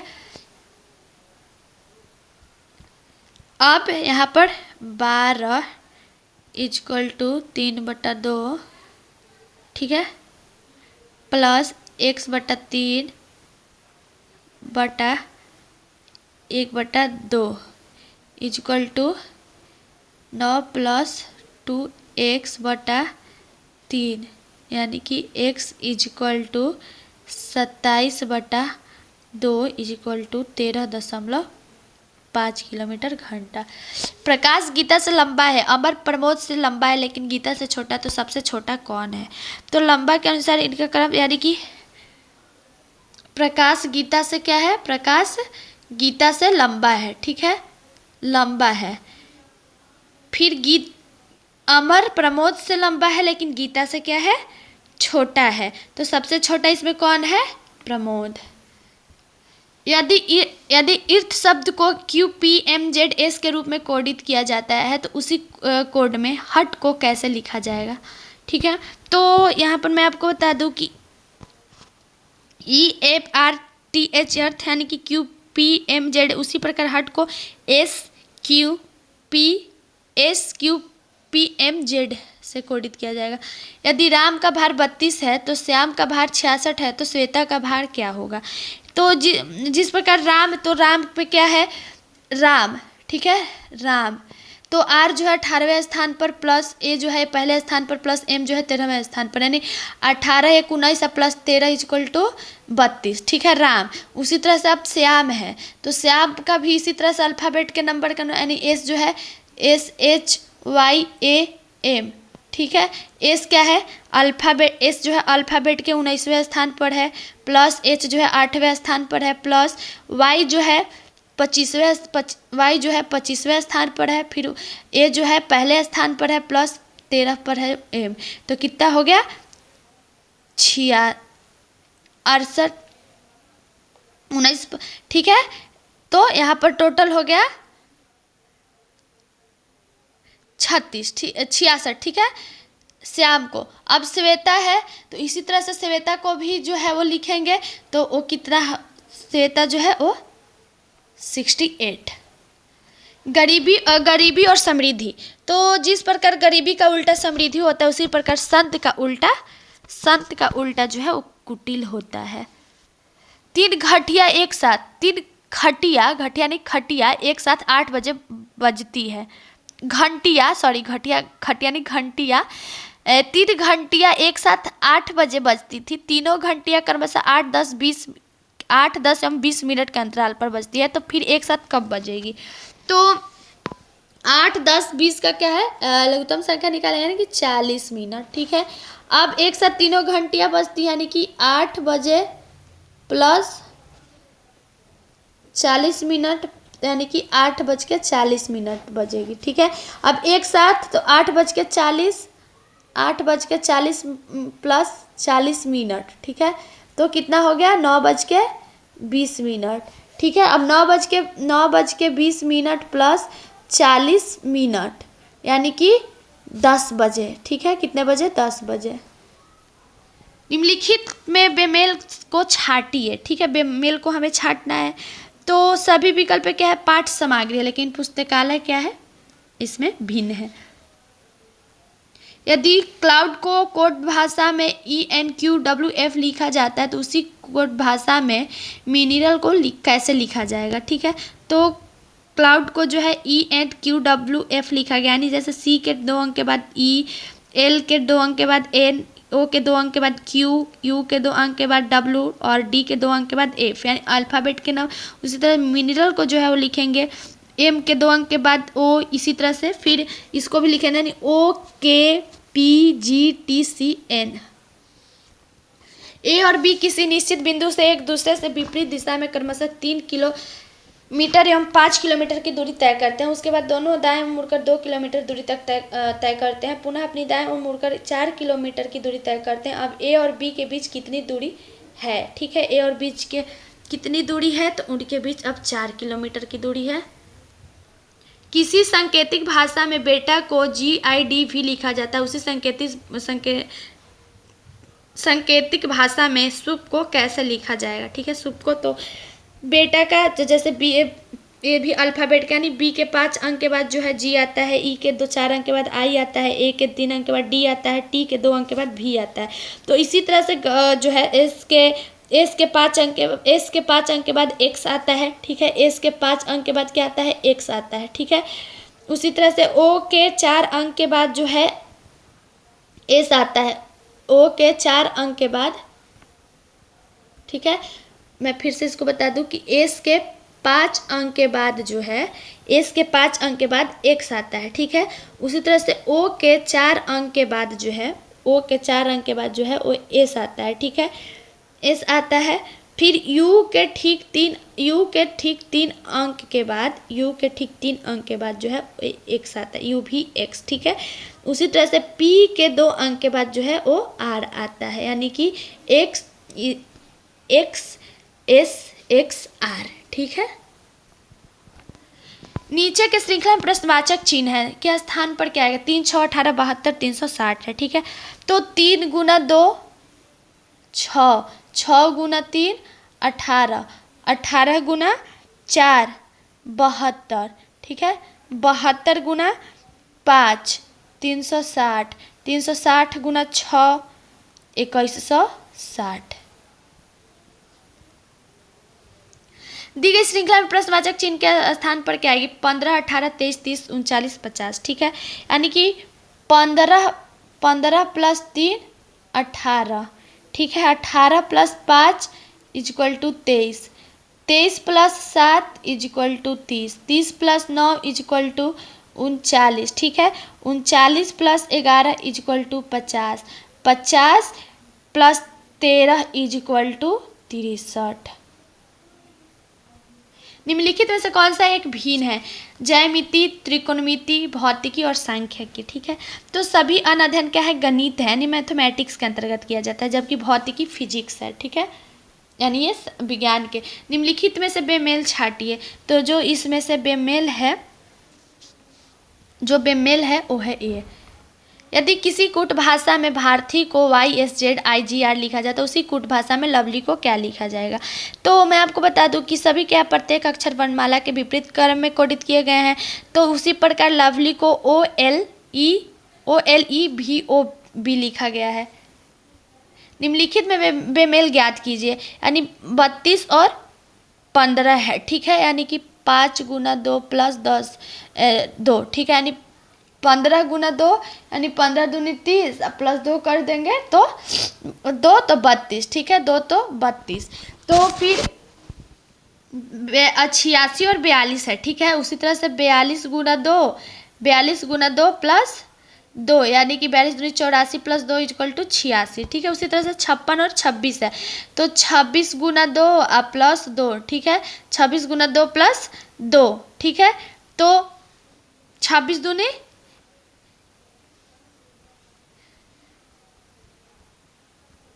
52, ठीक है, और 52 प्लस 2 करेंगे तो 54, लेकिन यहाँ पर क्या है 56 दिया है। उसी तरह से 74 और 36 है, तो 36 गुना 2 प्लस 2, ठीक है, 36 गुना 2 तो 72 प्लस 2 इक्वल टू 74। तो जो बेमेल है वो 56 और 26 है। क्वेश्चन नंबर 116 और 117 में सूचना के आधार पर प्रश्नों के उत्तर। एफ जी एच आई जे के एल तथा एम 8 मित्र हैं। एफ जी से छोटा नहीं है, जी एच से लंबा नहीं है, एच आई से छोटा नहीं है, आई जे से छोटा है, जे के से छोटा नहीं, के एल से लंबा है, एल एम से छोटा नहीं है। समूह में कितने व्यक्ति ऊंचाई के हो सकते हैं? तो 4 व्यक्ति एक ही ऊंचाई के हो सकते हैं, एफ एच जी एल, ठीक है, 4। इस समूह में जे की बराबर लंबाई के अधिकतम कितने लोग हो सकते हैं? तो इस समूह में जे के बराबर लंबाई में अंत 3 व्यक्ति जो है वो अधिकतम है। किसी चिड़ियाघर में हिरन और मोर हैं, उनके सिरों की संख्या 80 तथा पैरों की संख्या 200। वहाँ कितने मोर हैं? ठीक है, वहाँ पर टोटल कितने मोर हैं? तो माना है कि मोर की संख्या x है, ठीक है, माना है, और हिरनों की संख्या 80 माइनस x है, ठीक है, हिरनों की संख्या 80 माइनस x है। तो यहाँ पर x plus 2 plus 80 minus x गुना 400 इक्वल टू 200, ठीक है, यानी कि 2x plus 320 minus 4x equal to 200, ठीक है, यानी कि 2x इक्वल टू 320 माइनस 200, यानी x इक्वल टू 120 बटा 2, 120 बटा 2 इक्वल टू 60। निम्नलिखित श्रृंखला को पूर्ण करें। 12, 20, 30, 42, 56, ठीक है। तो 12 plus 8 equal to 20, 20 plus 10 equal to 30, 30 plus 12 equal to 30 plus 12 equal to 42, ठीक है, 42 प्लस 14 इक्वल टू 56, ठीक है, और 56 प्लस 14 इक्वल टू 72। नीचे एक पासे की 2 स्थितियां दर्शाई गई हैं, ठीक है। तो 2 स्थितियां दर्शाई गई हैं, तो दिए गए पासे के विपरीत फलक जो है तो 4, 6, ठीक है, इस तरह से। तो जो इसमें इसके इस पासे की 2 स्थितियां दर्शाई गई हैं, तो यदि सबसे नीचे तीर है तो उससे ऊपर कौन सी संख्या है? तो सबसे नीचे तीर है तो उसके ऊपर 4, 6, 5, 1 है, ठीक है, तो 2 है। एक घड़ी प्रतिदिन 15 मिनट आगे हो जाती है, इसे दोपहर 12 बजे मिलाया गया। घड़ी अगले दिन सुबह 4 बजे पूर्वाह क्या समय बताएगी? तो 24 घंटा 15 मिनट फास्ट होती है, 24 घंटा में 15 मिनट फास्ट होती है, ठीक है, क्या 24 घंटे में 15 मिनट फास्ट होती है। तो 1 घंटा में क्या 1 घंटा में 15 बटा 24 मिनट फास्ट होगी, ठीक है, 1 घंटा में 15 बटा 24 यानी कि 16 घंटा में। तो 16 घंटा इक्वल टू क्या करेंगे 15 बटा 24 गुना 16 इक्वल टू 10 मिनट फास्ट होगी, तो 4:10 बताएगी। निम्नलिखित में से असंगत चुने। हाइपोथेसिस, ठीक है, एस्मोपेशन, ऑब्जर्वेशन और एक्सपीरियंस, ठीक है। तो हाइपोथेसिस इसमें जो भीड़ है वो है एक्सपीरियंस, ठीक है, और बाकी सब क्या है कल्पनाओं पर आधारित है। टंगस्टन का जो संबंध फिलामेंट से है वही संबंध सोना का निम्न में से किससे है? तो जिस प्रकार टंगस्टन का फिलामेंट से उसी प्रकार सोना का संबंध गहने से है। यदि ACNE को 3, 7, 29, 11 के रूप में लिखा जाता है तो बॉयल को कुट किया जाएगा, यानी BOIL को कुट किया जाएगा। तो ACNE है, ठीक है, यानी कि A पहले स्थान पर आता है, C तीसरे स्थान पर आता है, N 14वें स्थान पर, E 5वें स्थान पर आता है, ठीक है। तो यहाँ पर एक यहाँ पर इसको किस तरह से किया गया है, जैसे ए पहले स्थान पर आता है तो ए को क्या करेंगे, 1 × 2 + 1 यानी कि 2 + 1 = 3, ठीक है, यानी कि ए को 3 दिया गया है। सी को 7 यानी कि 3, तीसरे स्थान पर सी आता है तो 3 × 2 + 1 यानी 3 दूनी 6 + 1 यानी 7, ठीक है। और एन को जो है 14 स्थान दिया गया है तो 14 × 2 + 1, ठीक है, +1 यानी 14 दूनी 28 + 1 यानी कि 29 दिया गया है एन को। और ई है 5वें स्थान पर तो 5 × 2 + 1 यानी 5 दूनी 10 + 1 यानी कि उसको दिया है 11। उसी तरह से इसको भी मैं बता दूं, बी क्या है, दूसरे स्थान पर आता है, ठीक है, अल्फ़ाबेट में बी जो है दूसरे स्थान पर आता है। तो बी को क्या करेंगे, 2 × 2 + 1 यानी कि 2 दूनी 4 + 1 = 5, ठीक है, यानी बी को क्या हम लोग दिए, बी को 5 दिए। अब रहा ओ, तो ओ अल्फ़ाबेट के किस स्थान पर आता है,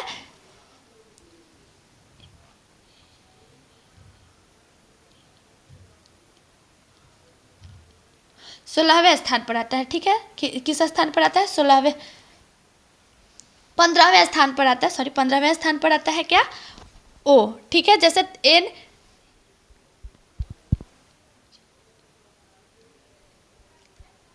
15वें स्थान पर, तो यहाँ पर क्या करेंगे, 15 × 2 + 1 यानी 15 दूनी 30 + 1 यानी कि 31। तो ओ को हम लोग कौन सा नंबर देंगे, 31 देंगे, ठीक है, ठीक है। हम लोग बी को कौन सा नंबर दिए, 5, ओ को दिए 31, ठीक है। अब रहा आई, तो आई किस स्थान पर आता है, आई अल्फ़ाबेट में कितने स्थान पर आता है, 9वें स्थान पर।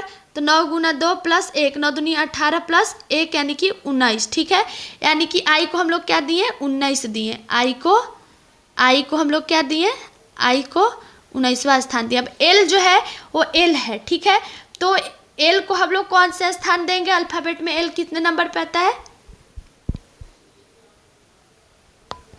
एल है 12वें स्थान पर। तो 12 × 2 + 1 12 दूनी 24 + 1 = 25, यानी कि हम लोग इसको क्या लिखेंगे, 5 31 19 25। दी गई श्रृंखला में लुप्त पद ढूंढे, 45 54 47 49 56 51 जो लुप्त पद है उसे हमें जो है ढूंढना है, यानी कि 45 और 54 है, ठीक है, 45 और 54, तो और उसके बाद 47, तो पहले 45 + 2 करेंगे तो 47, ठीक है, 45 + 2 करेंगे तो 47, ठीक है, 54 + 1 करेंगे तो 55, उसी तरह से 47 + 2 करेंगे तो 49, ठीक है, यानी कि यहाँ पर 49, यहाँ पर क्या है 55, ठीक है, 55। और फिर उसी तरह से 49, फिर यहाँ पर 55 + 1 करेंगे तो 56 और 49 + 2 करेंगे तो 51। समझ में आ गया आप लोगों को।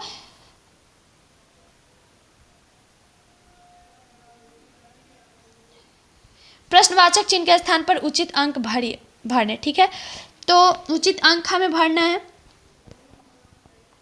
तो 93 27 63 3 है, ठीक है, तो यहाँ पर जो है वो 9। और आप लोग, मैं इस तरह के सवाल आप लोगों को पहले भी बताएं तो मैं उम्मीद करती हूँ कि आप लोग इसे खुद से सॉल्व कीजिएगा। उस सही विकल्प का चयन कर जो दिए गए शब्द में बिना इसके तात्कालिक और सार्थक क्रम है, खाना पकाना, सुबह दोपहर भोजन, मछली बाजार, व्यंजन, ठीक है, यानी कि मैं आपको बता दूँ कि सभी शब्द क्या है, तो सुबह, फिर बाजार, फिर मछली, फिर खाना पकाना, फिर व्यंजन, उसके बाद व्यंजन, उसके बाद दोपहर का भोजन, यानी हम लोग इसको इस तरह से दर्शा सकते हैं, 2 5 4 1 6 3, ठीक है, पहले सुबह, फिर बाजार, उसके बाद फिर मछली, ठीक है, फिर मछली, खाना पकाना, फिर व्यंजन और फिर दोपहर के भोजन। उस विकल्प का चयन करें जिसमें दी गई आकृति अंतस्थापित है, घुमाने की अनुमति नहीं है, तो घुमाने की अनुमति नहीं है वो है ए आकृति। उस अक्षर संयोजन का चयन करें जिसे दी गई अक्षर श्रेणी के रिक्त स्थानों पर क्रमिक रूप से रखने पर श्रेणी पूर्ण हो जाएगी, यानी जी, ठीक है, तो जी पी, ठीक है, जी पी सी टी, ठीक है, G P C T D, ठीक है, डी ए, ठीक है, A W P M Z, ठीक है, डब्ल्यू पी एम जेड, फिर यहाँ पर जी, ठीक है, जी, फिर यहाँ पर एम,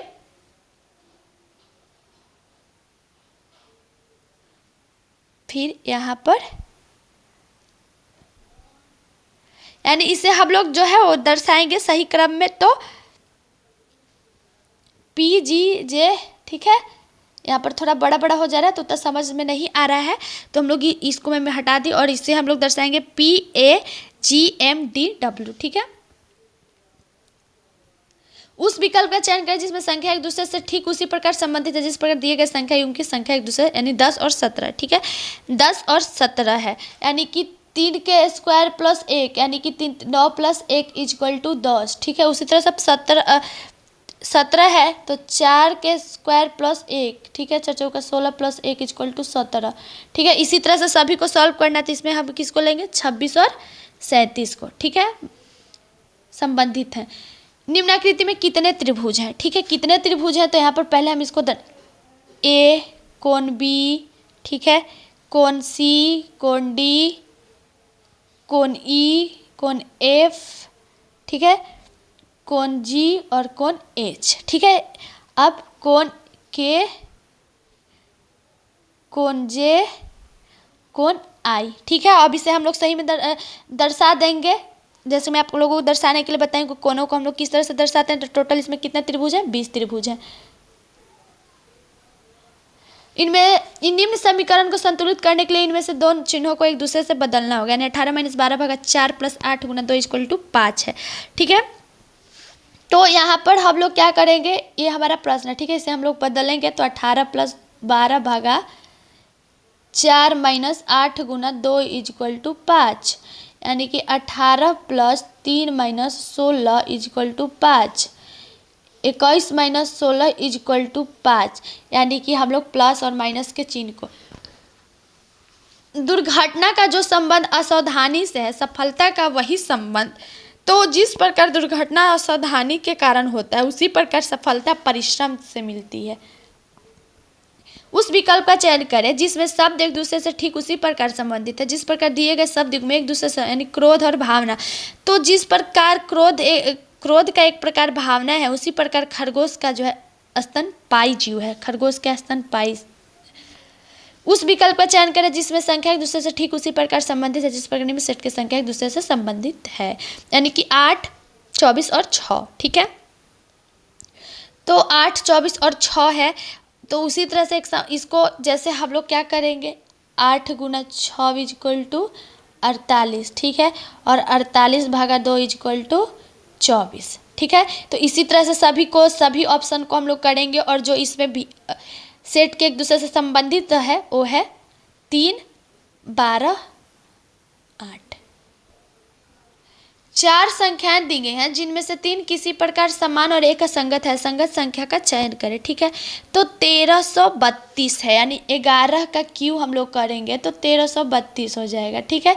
344 है तो 7 का क्यू करेंगे तो 344, ठीक है। 126 है, ठीक है, तो 5 का क्यू करेंगे, 5 का क्यू, और मैं आपको इसको फिर से समझा दूं, नहीं तो आप लोग कंफ्यूज। यहाँ पर 1332 है तो 11 का क्यू करेंगे तो क्या, 11 का क्यू प्लस 1 करेंगे तो क्या आ जाएगा, 1332, ठीक है। उसी तरह से 7 का क्यू प्लस 1 करेंगे तो आएगा 344, ठीक है। उसी तरह से फिर 5 का क्यू प्लस 1 करेंगे तो 126 आएगा। उसी तरह 518 है तो 8 का क्यू प्लस 1 करेंगे तो 512 आएगा, लेकिन यहाँ पर 518 दे रहा है तो ये जो है भिन्न है। किसी निश्चित कूट भाषा में किसी निश्चित कूट भाषा में प्लेसेंट को BEMQUOPT लिखा जाता है, उसी भाषा में डिस्टेंस को किस प्रकार लिखा जाएगा। तो डिस्टेंस को जो है मैं आपको बता दूं कि ये है जो अल्फ़ाबेट के अक्षर के अनुसार लिखा गया है। तो डिस्टेंस को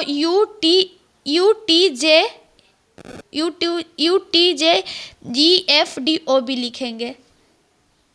4 अक्षर समूह दिए गए हैं जिनमें से 3 किसी प्रकार समान और एक असंगत है। असंगत अक्षर समूह का चयन कीजिए।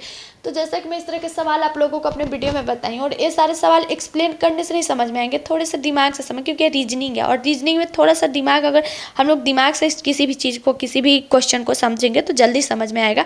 तो ये सारे सवाल जो है अगर मैं कितना भी अच्छे से एक्सप्लेन करने की कोशिश करूँगी, एक्सप्लेन कर भी दूँगी, तो कहीं ना कहीं थोड़ा सा हमें जो है वो समझ में नहीं आएगा। तो मैं आप लोगों को इस तरह के सवाल जो आप लोगों को बताई, तो आप लोग इस तरह के सवाल को थोड़ा दिमाग से समझिएगा तो समझ में आएगा। ठीक है, तो मैं आपको बता दूं कि वाई बी भी टी है। ठीक है, वाई बी भी टी है। तो इसमें जो भी है वो है DGBZ। ठीक है, ये अल्फ़ाबेट के नंबर के अनुसार अगर आप लोग करेंगे तो विपरीत वर्ड से है तो आपको पता चले। जैसे वाई जो है अल्फ़ाबेट में आखिरी पे आता है, तो उसके बाद फिर पीछे से अगर करेंगे तो YZ फिर AB। ठीक है, इस तरह से करना है। तो उस आकृति का चयन कर जो निम्न श्रेणी में आगे आएगी। तो जो निम्न श्रेणी में आगे आएगी वो ए आकृति आएगी। दिए गए विकल्प में उस संख्या का चयन करें जो निम्न श्रेणी में प्रश्नवाचक चिन्ह के प्रस्थापित कर सकते हैं। 1, 6, 25, 76 और जो प्रश्नवाचक चिन्ह है उसके बाद फिर क्या है 154, यानी कि 1 गुना 5 प्लस 1 यानी कि 5 प्लस 1 इक्वल टू 6। ठीक है, उसी तरह से 6 गुना 4 प्लस 1 यानी 6 चौके 24 प्लस 1 इक्वल टू 25। ठीक है, उसी तरह से फिर 76 है तो 25 गुना 3 प्लस 1। ठीक है, 25 गुना 3 प्लस 1 यानी कि 75 प्लस 1 इक्वल टू 76। ठीक है, उसी तरह से फिर 76 है तो 76 गुना 2 प्लस 1। ठीक है, 76 गुना 2 प्लस 1 यानी 152 प्लस 1 इक्वल टू 153। ठीक है, 153। फिर 154 है तो यहाँ पर क्या करेंगे 153 गुना 1। ठीक है, 153 गुना 1 प्लस 1 यानी 153 प्लस 1 इक्वल टू 154। एक ही पासे के दो विभिन्न स्थितियों को दर्शाया गया। यदि संख्या एक नीचे निचले फलक पर है तो शीर्ष वाले फलक पर कौन सी संख्या होगी।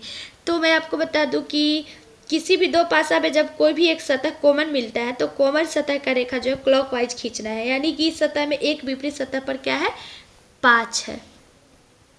उस विकल्प का चयन कर जिसमें संख्या एक दूसरे से उसी प्रकार संबंधित है जिस प्रकार निम्न सेट की संख्या एक दूसरे से संबंधित है। ठीक है, तो अभी भी मैं इस तरह के सवाल बताई हूँ। मैं फिर से 32, 42, 64। ठीक है, 4 अक्षर समूह दिए गए जिनमें से 3 किसी प्रकार समान है, एक भिन्न असंगत अक्षर समूह का चयन करें। ठीक है, तो HLBF है। ठीक है, HLBF है तो HL जैसे H तो H के बाद L कितने अंक के बाद आता है तो HIJKL यानी 4 अंक के बाद L आता है। ठीक है, प्लस 4 अंक के बाद L आता है। BF तो ठीक 4 अंक के बाद जो है B के 4 अंक के बाद F आता है। ठीक है, ये हो गया पहला। अब JFCY है। ठीक है, तो J के 4 अंक पहले F आता है फिर न J आता है, तो कितने अंक बाद आता है 4 अंक के बाद जो है वो F आता है। फिर CY है तो उसी तरह से फिर C के 4 अंक के बाद जो है वो आई आता है। ठीक है, दूसरा हो गया, समझ में आ गया। अब MQTX है। ठीक है, तो M के 4 अंक के बाद जो है वो Q आता है, फिर T के 4 अंक के बाद जो है वो X आता है, TUVX। ठीक है, उसी तरह से उसी तरह से R है तो R के ठीक 4 अंक के बाद V आता है, और उसी तरह से Y के ठीक 4 अंक के बाद C आता है। तो इसमें जो भिन्न है वो है किसी निश्चित कूट भाषा में प्रैक को 30 और मेक को 12 में लिखा जाता है तो उसी भाषा में क्रेजी को किस प्रकार लिखा जाएगा। तो ये सारे अल्फ़ाबेट के नंबर के अनुसार लिखे गए हैं। ठीक है, तो मैं आपको बता दूं कि क्रेजी को जो है वो 28 में लिखा जाएगा। दिए गए कथनों और निष्कर्षों को ध्यानपूर्वक पढ़ें, मानते हुए कि कथनों में दी गई जानकारी सत्य है, भले ही यह समान रूप से ज्ञात तथ्यों से भिन्न प्रतीत होती है। निर्धारित करें कि कौन से निष्कर्ष कथनों के तात्विक रूप से अनुसरण करता है। सभी चमेली फूल है, कोई फूल पौधा नहीं है, कुछ पौधे जड़ी बूटियां हैं। कुछ चमेली जड़ी बूटियां हैं, कोई फूल चमेली नहीं है, कोई भी चमेली फूल नहीं है। और जो इसमें निष्कर्ष करता है वो है कोई भी निष्कर्ष अनुसरण नहीं करता। बी और डी चचेरे भाई हैं। ए बी का पिता है और सी का चाचा है। जो डी की बहन है, सी की माँ, ई की विवाहित है। जो ए का भाई है, बी सी के पिता किस प्रकार संबंधित है। तो मैं आपको बता दूं कि ए ई क्या है, भाई, और ई डी मतलब इसमें जो बी और सी का रिश्ता है वो है भतीजा का, ठीक है। और ये क्या है, ब्लड रीजनिंग है, ठीक है। ब्लड रिलेशन रीजनिंग है, जिसे हम लोग अगर दिमाग से समझेंगे तो समझ में आसानी से आ जाएगा। अगर थोड़ा सा भी हम लोग नहीं समझने की कोशिश करेंगे तो नहीं समझ में आएगा। तो अगर हम लोग इसको ध्यान से पढ़ेंगे और समझेंगे तो समझ में आ जाएगा, ठीक है। यानी बी और डी चचेरा भाई है, ठीक है। डी सी भाई बहन है, ठीक है। और डी ई डी पिता, और फिर ई और सी माँ है। इस तरह से अगर हम लोग समझेंगे तो इसमें आ जाएगा भतीजा है।